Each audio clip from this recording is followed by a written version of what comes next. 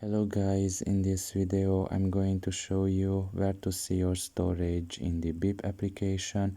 The first thing you need to do is enter the app. Once you are done with that, you should just look at the bottom of your right corner and there you will see the more option. Press on it. And here in this page you should select the last option, which is settings. Press on that as well. And you will find here the second option, which is storage management. Press on it.